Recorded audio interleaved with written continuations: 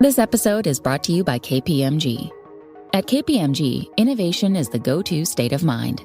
Their visionary thinkers and advanced technology help you see beyond the now, uncover new insights, and turn them into opportunities. KPMG can help you leverage the value of data and drive transformational outcomes through innovation. To explore their thinking, go to kpmg.us. Is it possible to protect a small business from big cyber threats? It is with advanced security from Comcast Business, helping keep your connected devices protected. Comcast Business, powering possibilities. Restrictions apply. Requires Comcast Business Internet, lease router, and security edge. This is Optimal Finance Daily, episode 2318. Financial Independence is a hall pass for safe reinvention by Dave of accidentalfire.com. And I'm your host and personal finance enthusiast, Diana Merriam. We have a new author today. I'll tell you more about Dave right after the reading. But for now, we're going to get right to today's post as we optimize your life.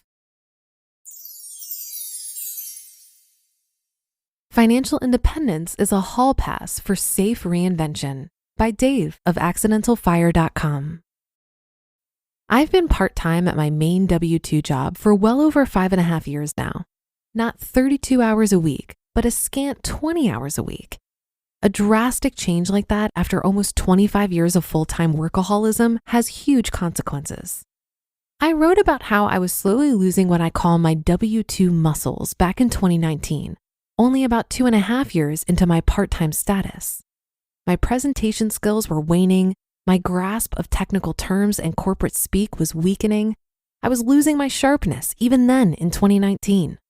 Now, 3 years later, I'm a literal has-been, a persona non grata in my industry, but I've embraced my professional decline with reinvention. Going down? Most of us will experience a decline in our work performance as we age.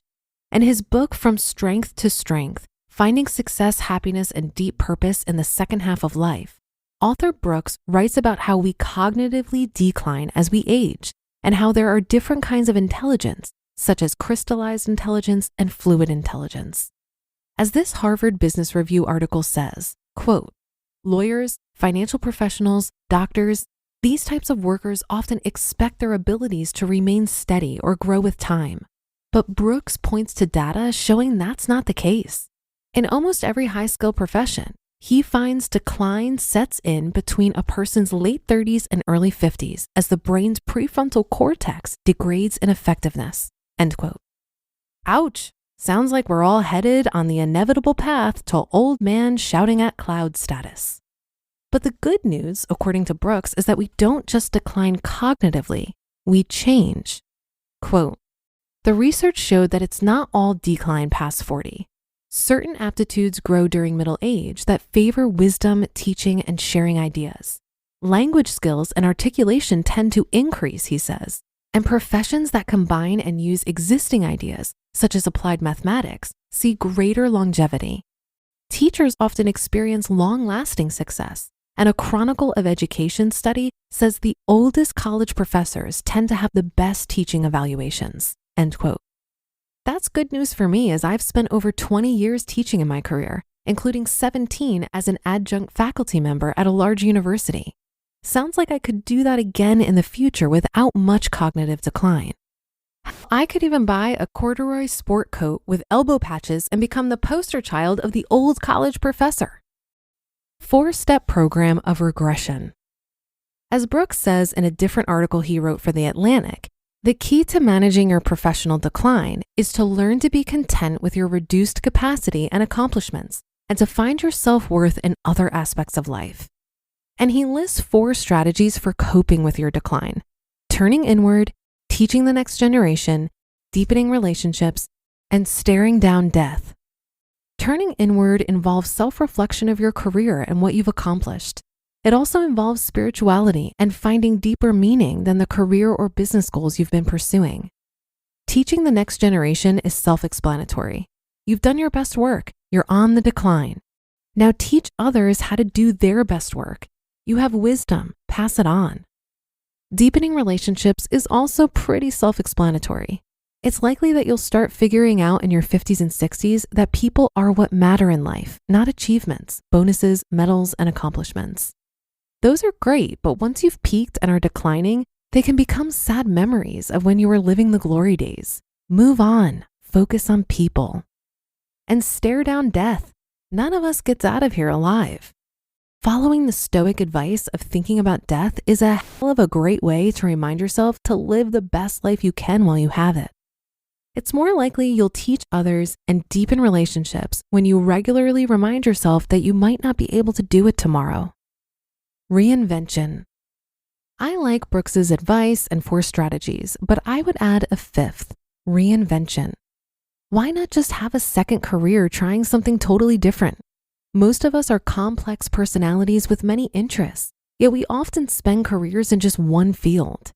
Experiencing professional decline in your chosen field is just a cue to start the ball rolling on a new career. That's what I did.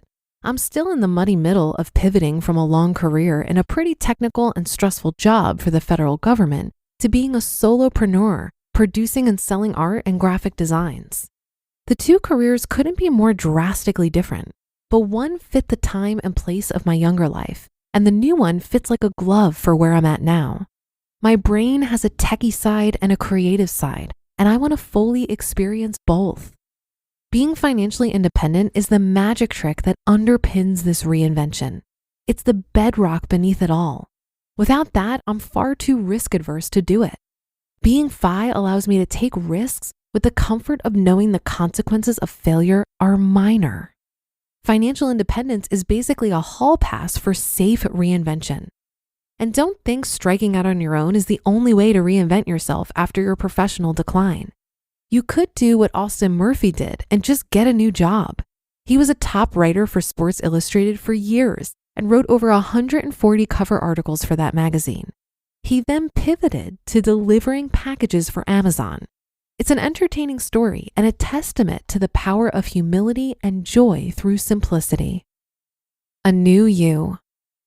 There are thousands of benefits to financial independence. Being able to safely reinvent yourself after your professional decline is one of the bigger ones and worth pursuing F.I.R.E in and of itself. Because you have to face the facts. You will decline in your career. You may have already done the best thing you will ever do in your line of work. So maybe it's time for a safe reinvention.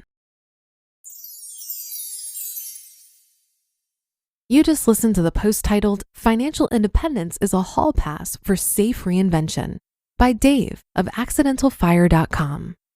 Have something to celebrate? Think Whole Foods Market. From weddings to baby showers, graduations to birthdays, Whole Foods Market has what you need to make your event more delicious. Like animal welfare certified meat, a huge selection of adult beverages, frozen desserts, salty snacks, and more. Make the guest of honor feel special with beautiful Source for Good flowers. Or perhaps that berry chantilly cake everyone's raving about. Start the celebration at Whole Foods Market. They cater too. There's something special about summer in Colorado. From our vibrant cities to our charming mountain towns, time is measured at the beat of life.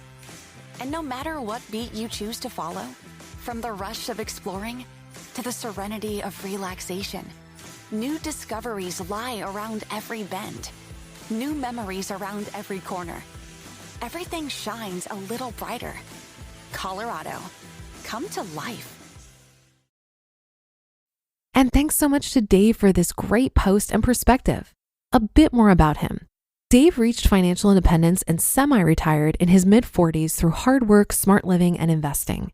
And the Accidental F.I.R.E blog chronicles his journey and explores many aspects of personal finance, including the psychological and behavioral factors that drive our habits.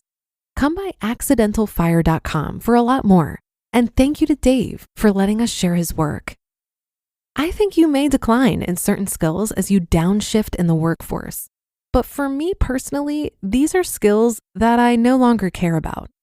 While my ability to navigate corporate politics or put together a fancy status report may have declined, my authenticity has skyrocketed since leaving my W-2 job. I'm a better writer, I'm a better speaker, I articulate my views without fear of retaliation, and I've drastically improved my ability to take care of my body and my mind. I've lost my patience for cold calling and following up and micromanaging my colleagues. Though the corporate speak is a hard habit to break, I can circle back, take a deep dive, communicate a hard stop, and highlight my core competencies with the best of them. I love this quote from the article today. Being F.I.R.E allows me to take risks with the comfort of knowing the consequences of failure are minor. Some people think the benefit of reaching F.I.R.E is no longer having to work, but I disagree. I think financial independence and early retirement is much more about separating our finances from our work and not having any pressure for our work to provide for our livelihoods. Work is a meaningful part of life. Most of us just want way more control over how much we work, what we work on, and most importantly, who we work with. That brings us to the end of today's episode. Thank you so much for listening all the way through, and I'll catch you tomorrow on our next episode, where your optimal life awaits.